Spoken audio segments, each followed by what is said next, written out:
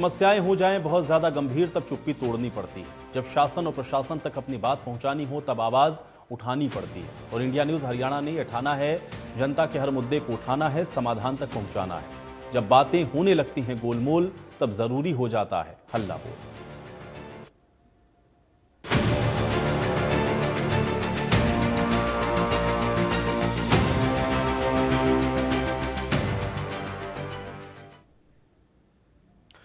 तो आज विश्व जल संरक्षण दिवस है, यानी कि ऐसा दिन जब हम पानी की जरूरत को और गहराई से समझ पाते हैं। हम ये समझ पाते हैं कि पानी को बचा करके रखे जाने की जरूरत आखिर क्यों है, कैसे पानी के बिना मनुष्य के जीवन की कल्पना कर पाना भी मुश्किल है। हल्ला बोल के इस खास कार्यक्रम में भी हमने बीते एक हफ्ते में जल संकट के मुद्दे को उठाया है, लोगों से उनकी परेशानियों को जाना है। हरियाणा में ऐसे कई जिले हैं जहां पर ग्राउंड वाटर ना के बराबर है और लोगों को पीने के पानी के लिए टैंकर जैसी अस्थायी और महंगी व्यवस्था पर निर्भर रहना पड़ता है। अब जल संकट की इस समस्या पर विशेषज्ञों से आज हम चर्चा करेंगे, लेकिन उसके पहले यह रिपोर्ट आपको दिखाते हैं।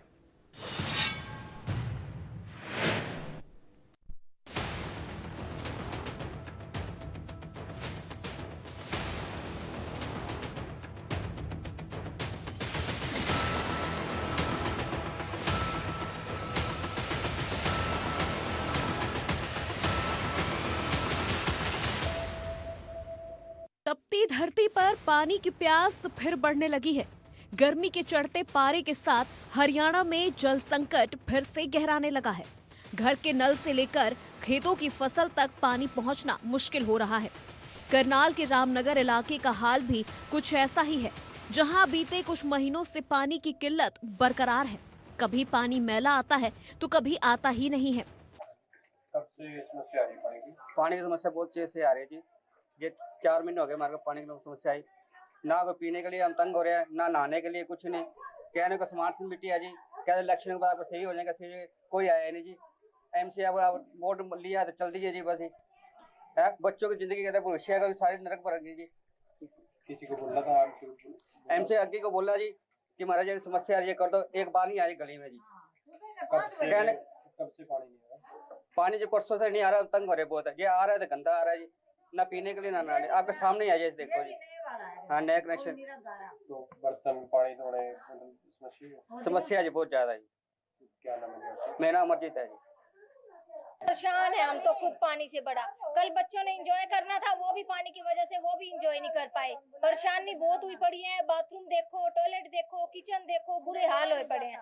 पोछे झाड़ू पोछे से भी परेशान है। पानी की बूंद भी नहीं है, बच्चों ने स्कूल जाना है, अब क्या करें, पानी की समस्या हुई पड़ी है बहुत ज्यादा। करनाल की तरह ही हरियाणा के 14 जिलों का हाल पानी की किल्लत से बेहाल है, जिन्हें डार्क जोन भी कहा जाता है।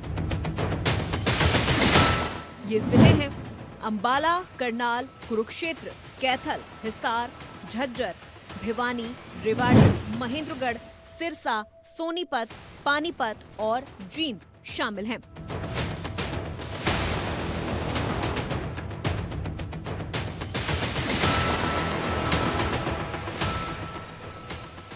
हरियाणा में जल संकट के चलते प्रदेश के 14 जिले डार्क जोन में हैं। इनमें भी 85 ब्लॉक ऐसे हैं जिनमें समस्या गंभीर स्तर पर है और जिन्हें रेड जोन में रखा गया है। हरियाणा को हर साल 34,96,276 करोड़ लीटर पानी की जरूरत होती है, जबकि हरियाणा में 20,93,598 करोड़ लीटर पानी की आपूर्ति ही हो पाती है। यानी प्रदेश में सीधे तौर पर 14 लाख करोड़ लीटर पानी की कमी है।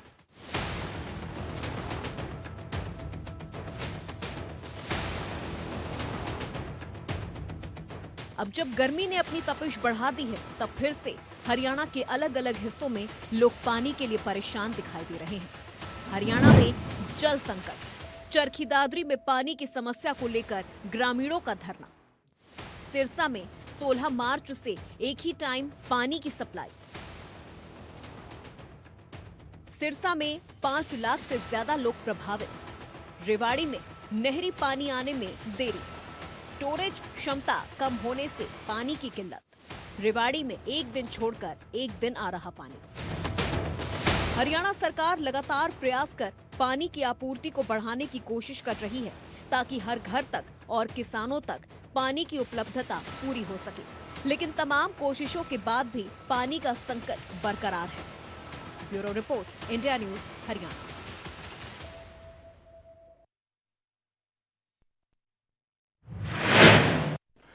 तो जल संकट की एक खास मुहिम इंडिया न्यूज हरियाणा ने सिर्फ इसीलिए उठाई क्योंकि पानी का संकट आप देख रहे हैं कि दिन प्रतिदिन गहरा रहा है, और इसलिए इस विषय पर सोचना, समझना, इस पर बात करना, इसके उपायों को जानना, इसका निदान क्या हो सकता है और इसको लेकर के जागरूकता बेहद ज़रूरी है। बहुत सारे दर्शकों ने पिछले एक हफ्ते में हम लोगों के साथ जुड़ करके अपनी अपनी बातों को साझा किया है, लेकिन आज इसको कुछ और बेहतर तरीके से समझने की कोशिश करते हैं और ये जानते हैं कि आखिर ये जो पानी का संकट है इसका समाधान क्या हो सकता है।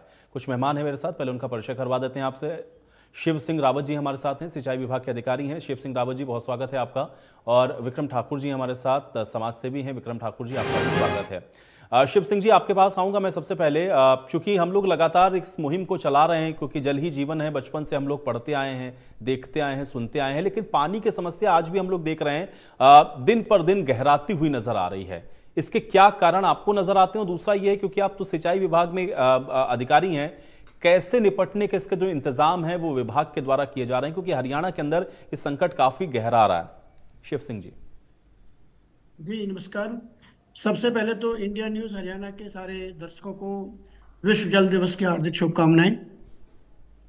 मैं एक थोड़ा करेक्शन करना चाहता हूं, मैं रिटायर हो चुका हूं, अभी 2 साल हो गए हैं। जी जी जी।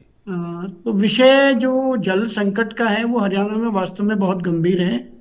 अभी जैसे रिपोर्ट में बताया गया कि 2021 का जो आंकड़ा है, हरियाणा वाटर रिसोर्स अथॉरिटी ने जो असेसमेंट किया हरियाणा का, उसमें जो गैप है वो 14 बिलियन क्यूबिक मीटर यानी कि 14 खरब लीटर पानी की कमी 2021 के आंकड़ों के मुताबिक है, और जो 2025 में 15.5 बिलियन क्यूबिक मीटर होने की उम्मीद है जी। यानी कि वो गैप हमारा 4 सालों में 1.5 बिलियन क्यूबिक मीटर बढ़ रहा है। तो पानी की कंजम्पशन बहुत ज़्यादा बढ़ती जा रही है, जिसकी वजह से वो गैप बढ़ रहे हैं। जो अभी सेंट्रल ग्राउंड वाटर बोर्ड ने रिपोर्ट दी है कि 88 ब्लॉक हमारे रेड जोन में हैं, ओवर स्ट्रेस हो गए हैं। और जो सबसे खतरनाक बात हुई है कि जो आर्सेनिक, यूरेनियम जो वाटर क्वालिटी में पाए गए हैं, फ्लोराइड, इलेक्ट्रिकल कंडक्टिविटी 20-21 जिलों में इतनी ज़्यादा पाई गई है, वो सबसे भयावह स्थिति की तरफ इंगित करती है ये रिपोर्ट जो हमारी है। तो स्थिति वास्तव में आज के दिन बहुत गंभीर है, इसमें कोई शक नहीं है, कोई सुबह नहीं। देखिए शिव सिंह रावत जी, इसका कारण क्या है? मतलब ये जो ग्राउंड वाटर लेवल है वो इतना नीचे कैसे चला गया? क्या उसका मिसयूज हुआ है, या जो हमारे नेचुरल सोर्सेस थे उनको हम प्रिजर्व नहीं कर पाए हैं, या इस स्थिति से अगर उबरना है तो करना क्या है? इसको थोड़ा सा अगर आप समझा पाए या बता पाए। जी देखिए, सबसे बड़ा कारण है कि हमारे पास या तो यमुना का पानी आता है जो सरफेस वाटर अगर हम करें, या भाखड़ा का पानी आता है, और दूसरा बारिश का पानी है जो 3-4 महीने हमें मिलता है बरसात के टाइम में। तो हम जो कृषि के लिए जो 80% पानी यूज कर रहे हैं हमारे किसान हरियाणा में, क्योंकि हम कृषि प्रधान राज्य हैं, तो वो हमारे को जो भाखड़ा से या यमुना से जो पानी आ रहा है वो गर्मियों के दिनों में तो 3000 क्यूसिक यानी क्यूबिक फीट पर सेकंड के हिसाब से मुश्किल से मिलता है।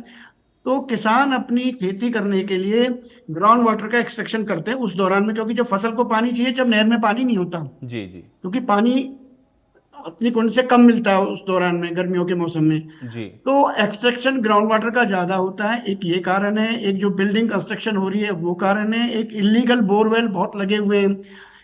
तीसरा, जो अगर आप गाँव में जाएंगे तो आप देखेंगे कि आजकल एक नई वो चला है, बजवर्ड है कि खटका दबाओ। सबने सबमर्सिबल लगाए हुए हैं, अपना खटका दबाते हैं, चाहे वो भैंस को नहलाना हो, चाहे गोबर को धोना हो। आप जो चीज 1 बाल्टी में हो सकती है वो 100 बाल्टी में, 50-50 बाल्टियों में हो रहा है। उसकी वजह से ग्राउंड वाटर का एक्सट्रैक्शन बहुत ज्यादा बढ़ रहा है। तो ये कुछ मुद्दे हैं जिनकी वजह से ये चीजें हमारी इस स्थिति की ओर इंगित कर रही हैं। ठीक है। लेकिन एक चीज और मैं जानना चाह रहा था कि इससे निपटने के जो इंतजाम है, क्या वो महकमे के पास या प्रशासन के पास हैं पूरे, या जो प्लान्स होने चाहिए क्या उसी तरह से ग्राउंड पर एग्जीक्यूट हो पा रहे हैं? जी, ये जो आप विषय जो अब है कि इसकी समस्या का समाधान क्या हो सकता है। देखो, सबसे बड़ा मुद्दा है कि हमारे पास जो 4 महीने या 3 महीने जो बारिश का पानी मानसून में मिलता है वो हमारा बह के आगे चला जा रहा है। तो हमारे प्रधानमंत्री जी ने भी एक कैच द रेन करके कैंपेन शुरू किया हुआ है, जिसमें वोकल फॉर लोकल की बात करते हैं वो, यानी कि गांव का पानी गांव में रहे, शहर का पानी शहर में रहे, और मेरी सोसाइटी का पानी मेरी सोसाइटी में रहे, मेरे कैंपस का पानी मेरे कैंपस से बाहर ना जाए।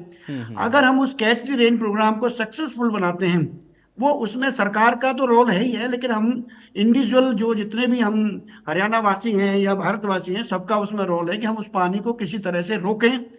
और क्योंकि वो कुछ चंद दिनों के लिए होता है, मुश्किल से हमारे जो रेनी डेज है क्लाइमेट चेंज की वजह से 25 से 30 दिन का रह गया। अब साल में मुश्किल से 30 दिन के करीब बारिश के दिन माने जाते हैं। उसमें जितनी भी बारिश हुई है उस पानी को सहेजना और रिचार्ज करना ही सबसे बड़ा इसका सॉल्यूशन है।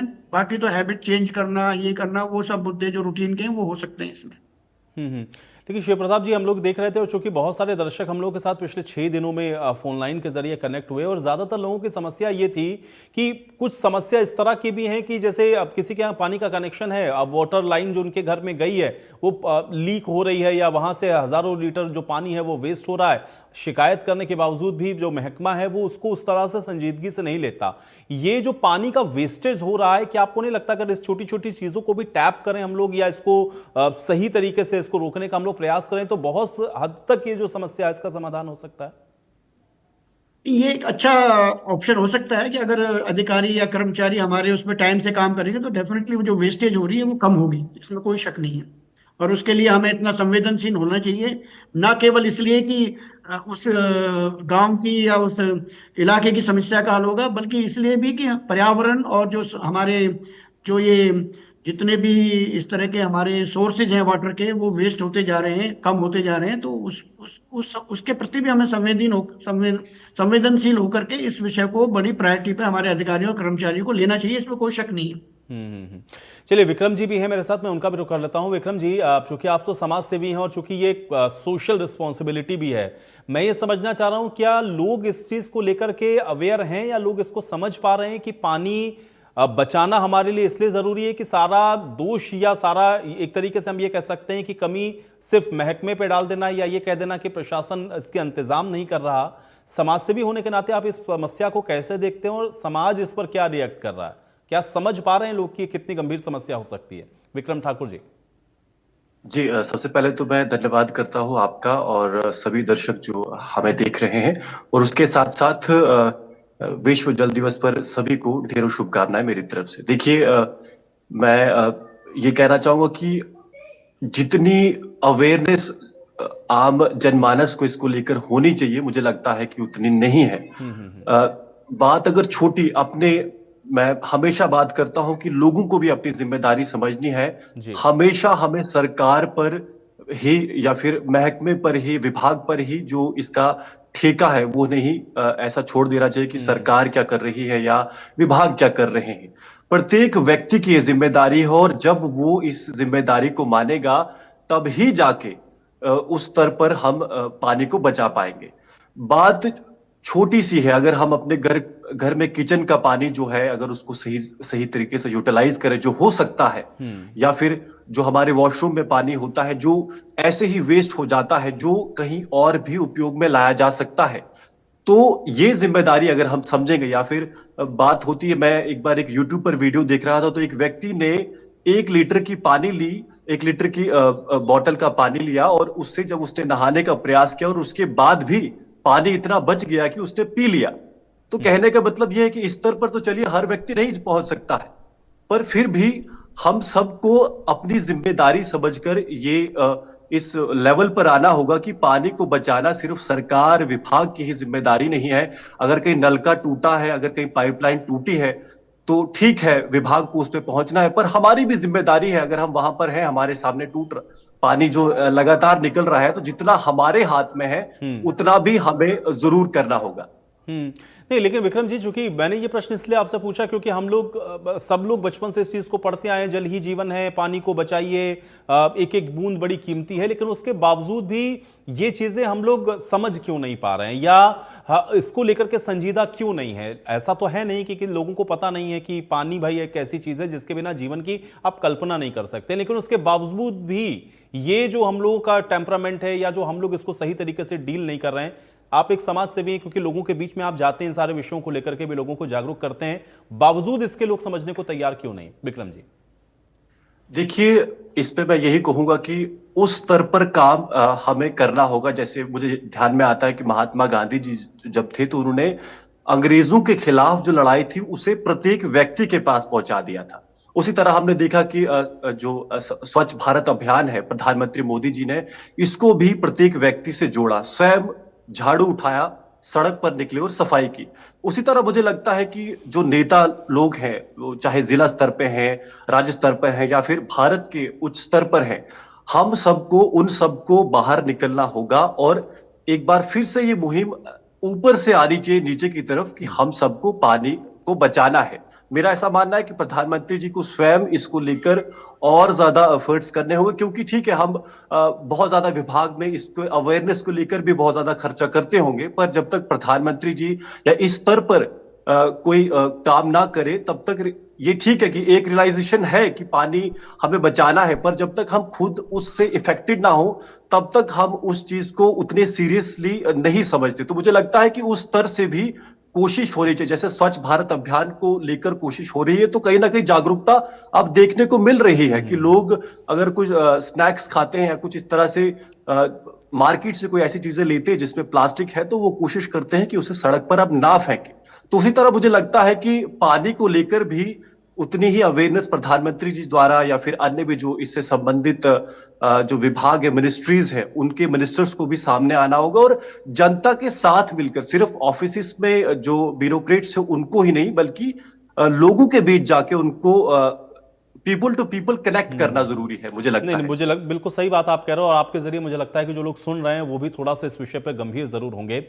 जॉनी मेरे साथ, मेरे रिपोर्टर इस समय जुड़े हुए हैं भिवानी से। जॉनी, आपके जरिए हम लोगों ने रिपोर्ट्स दिखाई और खासतौर से भिवानी और उसके आसपास के जो इलाके हैं वहां पर पानी का बड़ा संकट है। क्या वहां पर आपको लग रहा है कि उस तरह की अवेयरनेस, एक तो लोगों के अंदर की जो है पानी, उपलब्ध पानी जो है उसको वो थोड़ा सेव करने की कोशिश करें, पानी के जो रिसोर्सेज हैं अगर कहीं सूख रहे हैं तो उनको कैसे रीजनरेट किया जा सकता है, इस विषय में प्रयास करें। और दूसरा ये है सरकारी तौर पर या जो महकमा है इससे जुड़ा हुआ वो क्या प्रयास कर रहा है, क्योंकि पानी की समस्या तो है जॉनी वहां पर।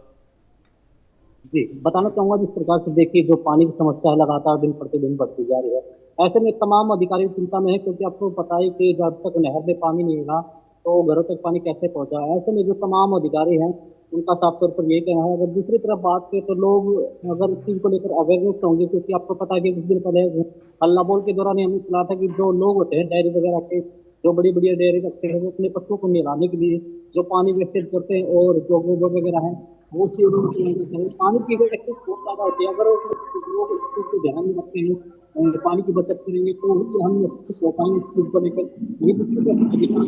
तो देखेंगे कि जो लोग पानी को वेस्ट कर रहे हैं या पानी की अनदेखी कर रहे हैं, जो नल वगैरह खुला छोड़ देते हैं, उनको अगर थोड़ा बहुत जुर्माना लगा जाए प्रशासन के द्वारा तो काफी कुछ हो सकता है और लोग इसको देखकर अवेयरनेस दे सकते हैं। और दूसरी तरफ बात करें तो देखिए भिवानी में कई जगह पर ऐसे हैं जहाँ पर जो पानी की लाइनें होती है वो कई जगह पर लीकेज होती है, जिससे कि हजारों लीटर पानी वहां से निकल